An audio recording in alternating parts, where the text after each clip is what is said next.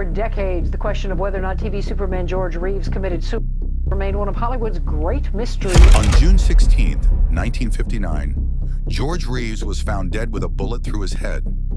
Police called suicide, but the evidence tells a darker story. 3 mysterious bullet holes in the house that no one could explain, a 45-minute delay before anyone called for help, and a fiancée who seemed to predict his death before it happened. Tony Max was really jealous at the end, angry, and rejected. This was murder, carefully planned and brutally executed by people who thought they could get away with it. I always thought that, I don't know, I'm just telling you my theory. Yeah. The Eddie Mannix had him taken care of. And why would he need to do that? Because I think Tony was too involved. I mean, this wasn't like an affair. I mean, this was like, she was like mad about this. The man who brought Superman to life was the very forces he fought against on screen: corruption, greed, and cold-blooded revenge. So let's get into it. George Reeves never wanted to be Superman forever.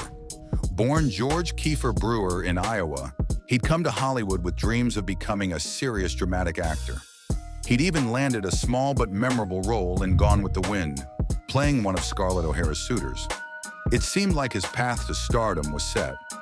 But then came 1951, and the role that would define and ultimately destroy his life. The Adventures of Superman television series launched that year, catapulting Reeves to fame across America.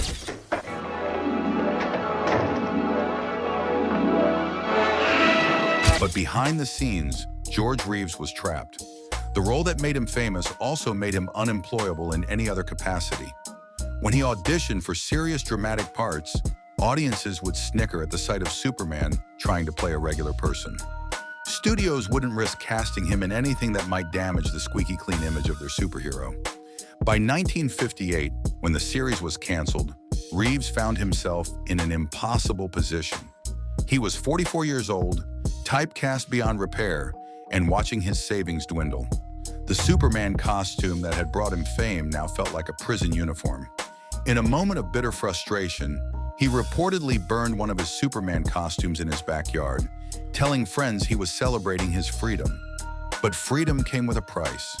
Without the steady income from the television series, Reeves faced financial uncertainty for the first time in years. He began exploring other options: directing, producing, even returning to theater work. There was talk of reviving the Superman series for another season, which would have provided financial security. But Reeves had grown to resent the role that defined him. The pressure was mounting from all sides. Fans expected him to be the heroic figure they saw on television, but Reeves was just a man struggling with the same problems as anyone else. He drank more than he should have, his relationships were complicated and messy, and he was surrounded by people who saw him as either a meal ticket or a problem to be solved. What made everything worse was that George Reeves was beginning to understand the dark side of the entertainment industry.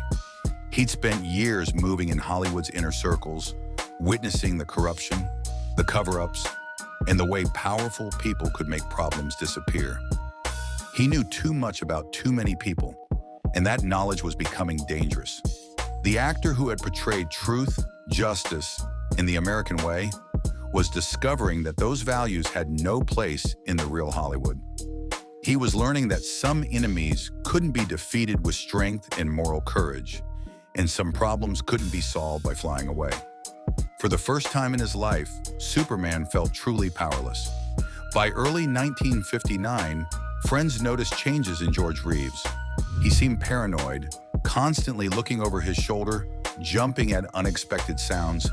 He told people he felt like he was being watched, that his phone calls were being monitored. Some dismissed this as the paranoia of a man drinking too much and facing an uncertain future. But George Reeves knew something others didn't. He knew that in Hollywood, knowledge was power, and power was dangerous. He knew that the people he'd been involved with weren't the kind to simply let bygones be bygones. And most importantly, he knew that someone was planning to make sure he never got the chance to use what he knew against them. The man who had spent years fighting fictional villains was about to face real ones. And this time, There would be no last-minute rescue, no heroic victory. This time, Superman was going to lose. In 1951, the same year Superman launched on television, George Reeves walked into a Hollywood party that would change his life forever. Across the room stood Toni Mannix, a dark-haired beauty with the kind of dangerous allure that had made her a legend in Hollywood circles. She was elegant, sophisticated, and completely off-limits. She was married to one of the most powerful men in the movie industry. Toni Lanier had once been a Ziegfeld Follies showgirl, the kind of woman who could command a room just by entering it. But her real power came from her marriage to Eddie Mannix, MGM's general manager and the studio's notorious fixer. Eddie was the man studio executives called when stars got into trouble, when scandals needed to disappear, when problems required permanent solutions. What happened between George and Toni that night sparked a relationship that would span nearly 8 years and ultimately contribute to his death. She was 8 years older than the handsome actor, but age meant nothing when chemistry was involved. What made the situation even more complex was that Eddie Mannix not only knew about the affair, he encouraged it. This wasn't unusual for the Hollywood power couple. Eddie had his own mistresses, including a long-term Japanese lover, and the arrangement worked for everyone involved.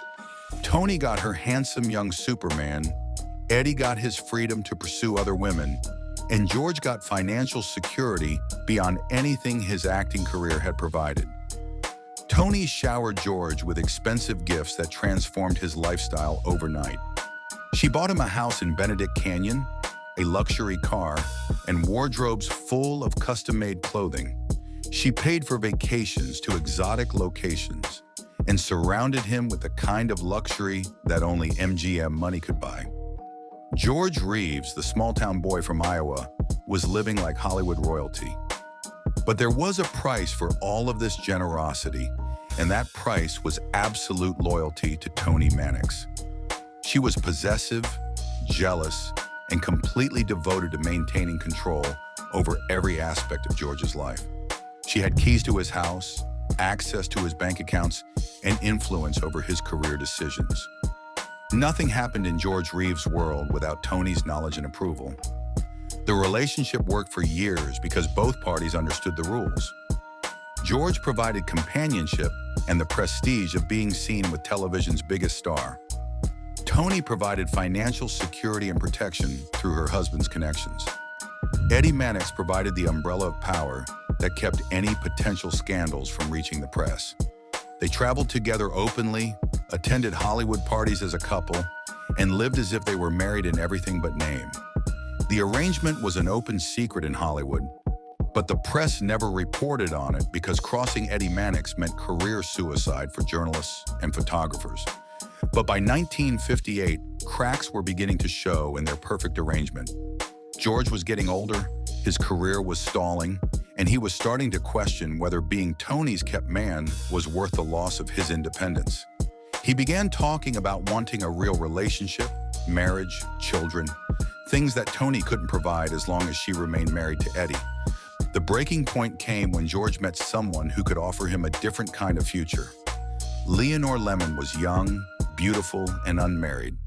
Everything that Toni wasn't and could never be again.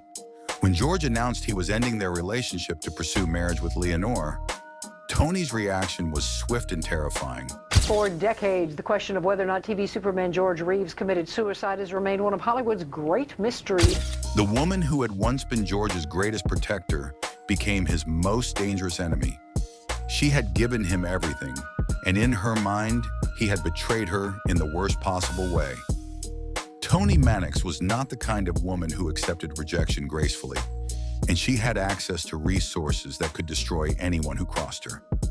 The fairy tale romance with Hollywood's power couple was over, but the nightmare was just beginning.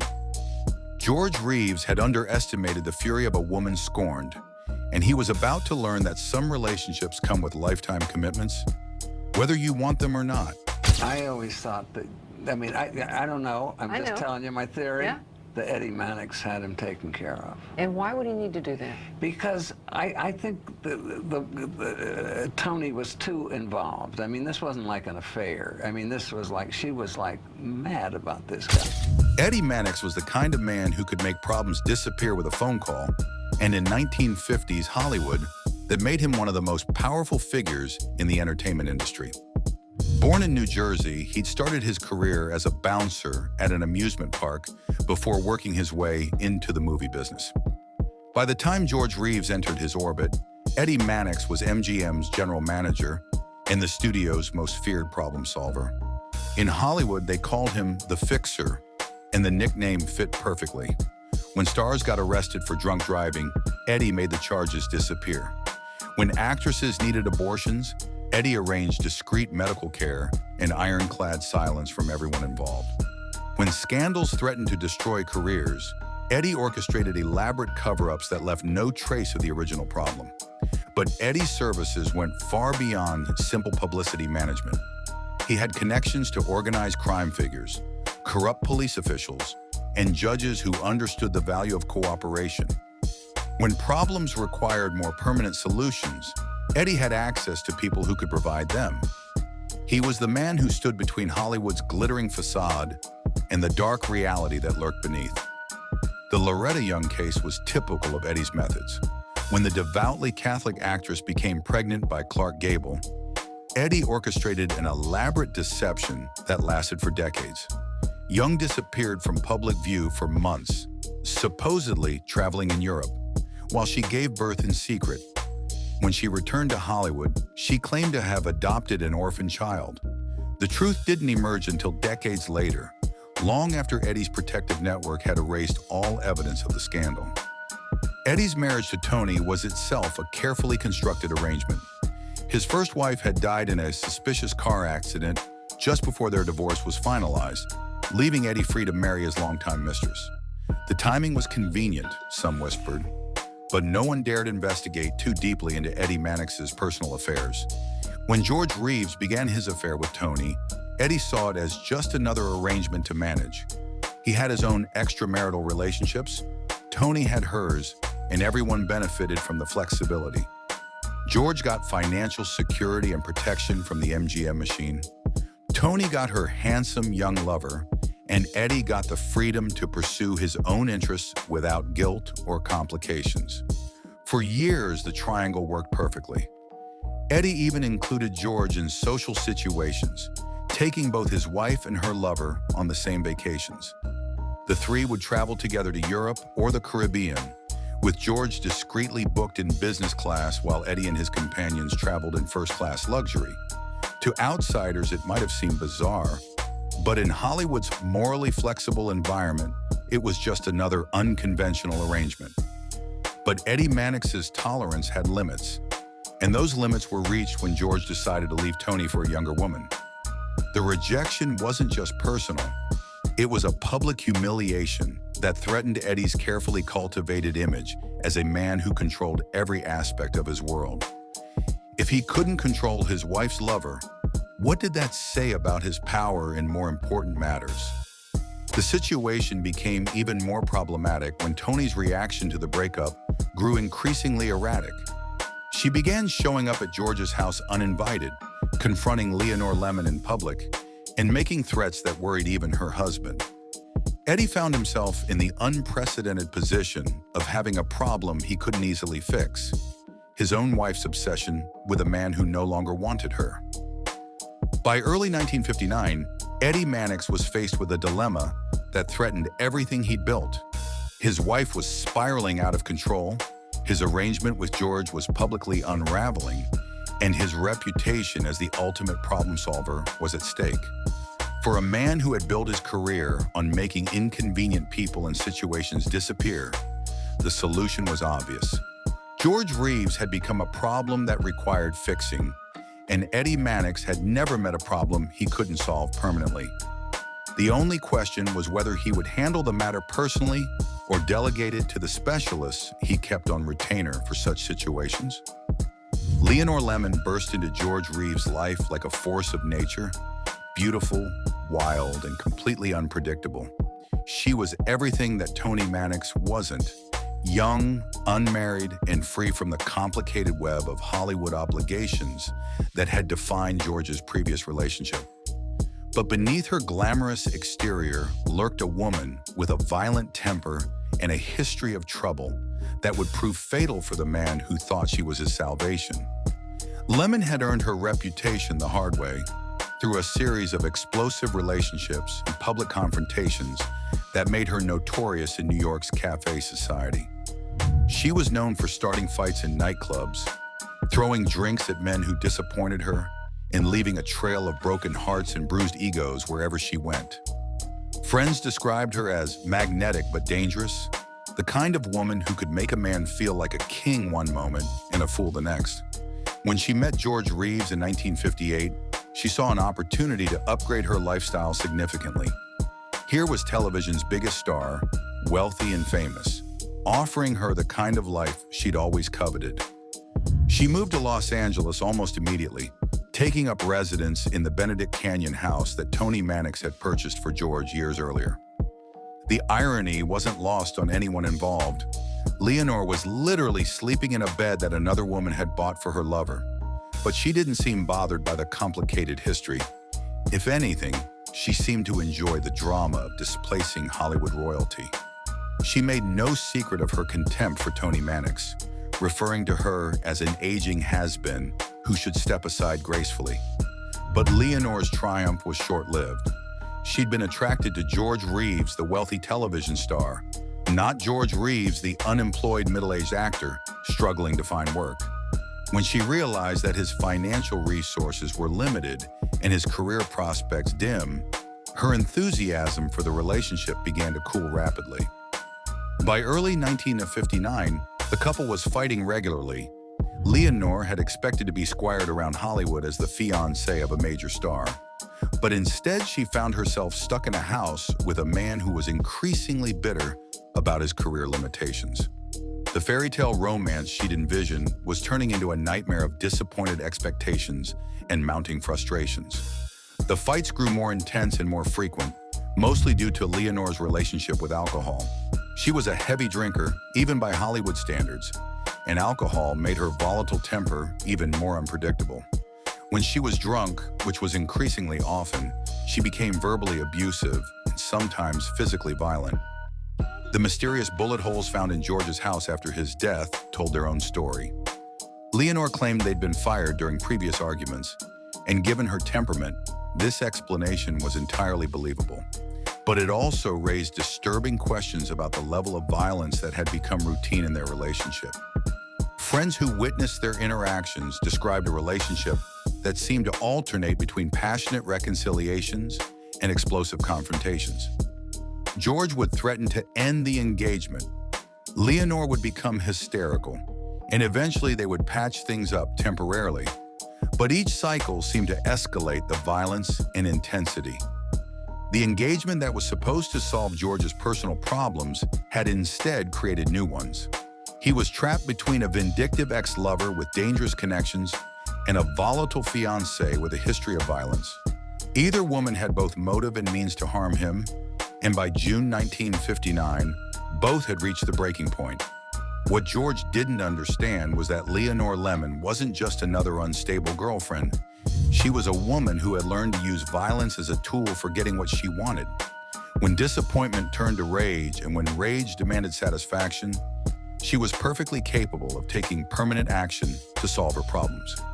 The question wasn't whether she was dangerous. The question was whether she was dangerous enough to commit murder when her fairy tale turned into a nightmare she couldn't escape. June 15th, 1959, started like many recent evenings at the Benedict Canyon house, with drinking, arguing, and the kind of tension that had become routine for George Reeves and Leonore Lemon. But this night would end with gunfire and a death that would puzzle investigators for decades to come. George and Leonore had spent the evening out at dinner, and by the time they returned home around midnight, both were well into their cups. The relationship that had started with such promise 18 months earlier was clearly dying, and alcohol had become the primary means of coping with their mutual disappointment. Around 1 a.m., unexpected visitors arrived. Carol Van Ronkel, a neighbor, showed up with William Bliss and writer Robert Condon, who was staying at the house as a guest. They'd been drinking elsewhere and decided to continue the party at George's place. What they found when they arrived was a couple barely speaking to each other, with George already in his bedroom and Leonore holding court downstairs. The guests settled in for more drinks, and the noise level quickly escalated. Music was playing, conversations were loud and slurred, and the party showed no signs of ending despite the late hour. George, who had been trying to sleep, eventually came downstairs to ask them to keep it down. He was clearly irritated, but the group convinced him to join them for a drink before returning to bed. What happened next would be debated for decades. According to the witnesses, George had a single drink, complained again about the noise, and then stormed back upstairs to his bedroom. But Leonore's behavior in the moments that followed was so bizarre that it cast doubt on everything else that supposedly occurred. As George climbed the stairs, Leonore allegedly turned to the guests and made a chilling prediction. He's going upstairs to shoot himself. When the guests expressed shock at this statement, she elaborated with disturbing detail about how George would get his gun and where he would shoot himself. Her commentary was so specific and delivered with such certainty that it seemed less like a prediction than like a script she was reading. Minutes later, a single gunshot rang out from the upstairs bedroom. Instead of rushing to help or calling for emergency assistance, Leonore reportedly turned to her guests with satisfaction and said, "See?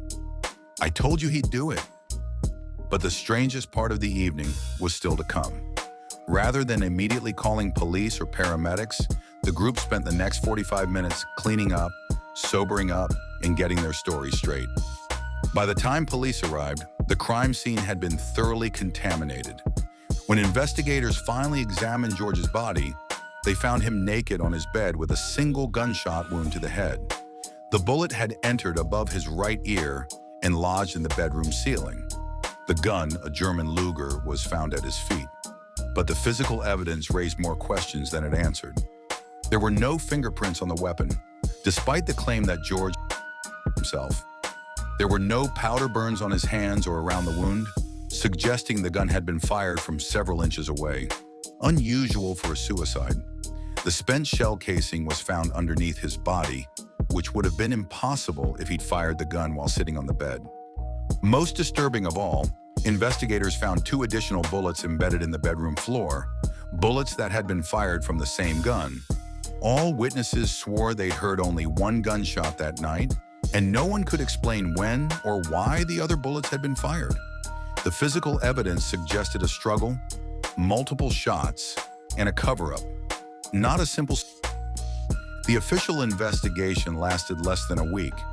Police accepted the witnesses' statements at face value, ignored the contradictory physical evidence, and ruled the death a suicide. No one was questioned extensively, no forensic tests were performed, and no attempt was made to verify the timeline provided by Leonore and her guests. Within days, the case was closed, and the headlines moved on to other stories. But the hasty ruling only fueled more speculation about what had really happened in that Benedict Canyon bedroom. The evidence suggested murder, the witnesses' behavior suggested guilt, and the investigation suggested a cover-up that went far beyond simple police incompetence. The official investigation into George Reeves's death was a masterclass in willful blindness. Within hours of finding the body, Los Angeles police had made their determination: suicide. The case was closed before it had really begun, despite physical evidence that contradicted every aspect of the official story. Detective Sergeant V.A. Peterson, who led the investigation, seemed remarkably incurious about the glaring inconsistencies at the crime scene. The lack of fingerprints on the gun didn't concern him. The absence of powder burns didn't raise questions. The mysterious additional bullets in the floor were dismissed without explanation. The 45-minute delay before calling police was accepted as normal behavior for shocked witnesses. What made the investigation even more suspicious was the involvement of parties who had no business being at a crime scene. Before police arrived, George's agent and publicist had been contacted. MGM executives were notified. Eddie Mannix himself was informed of the death before law enforcement had even completed their preliminary examination of the evidence. By the time the coroner's office took possession of the body, key evidence had already been compromised. The bedroom had been cleaned, witnesses had coordinated their stories, and powerful Hollywood figures had been briefed on the official narrative that would be presented to the public. The investigation was less about finding the truth than about confirming a predetermined conclusion. Leonore Lemon and the other witnesses were questioned separately, but their accounts were remarkably consistent, suspiciously so, given that they'd all been drinking heavily. Each person provided virtually identical details about the evening's events, using similar phrases and describing the same sequence of actions. It was as if they were all reading from the same script. The coroner's report, when it was finally released, raised more questions than it answered. Dr. Y. Noguchi, who would later become famous for handling high-profile celebrity deaths, noted several unexplained injuries on George's body, bruises on his head and torso that were inconsistent with a simple suicide. But these findings were buried in the technical language of the official report and never explained to the public. When George's mother, Helen Basolo, learned of her son's death, she immediately suspected foul play. She hired renowned attorney Jerry Giesler, who had successfully defended Hollywood stars in numerous scandals, to push for a more thorough investigation. Giesler's reputation was legendary. He was the man you called when you needed someone to challenge the system. But Giesler's investigation lasted only a few weeks before he announced he was satisfied with the suicide ruling and withdrew from the case. His abrupt departure was never adequately explained, but those familiar with Hollywood politics understood the message. Even the most powerful defense attorney in Los Angeles wasn't willing to take on the forces protecting George Reeves's killers. The cover-up was so thorough and so professionally executed that it could only have been orchestrated by someone with extensive experience in managing Hollywood scandals. Someone with connections to law enforcement, the press, and the entertainment industry. Someone like Eddie Mannix, who had spent decades making inconvenient truths disappear. By the summer of 1959, the case was closed, the witnesses had been silenced, and the truth about George Reeves's death had been buried beneath layers of lies and misdirection. The Man of Steel was dead, and the people responsible had gotten away with the perfect murder. Anyway, that's it for this video, folks. Bye.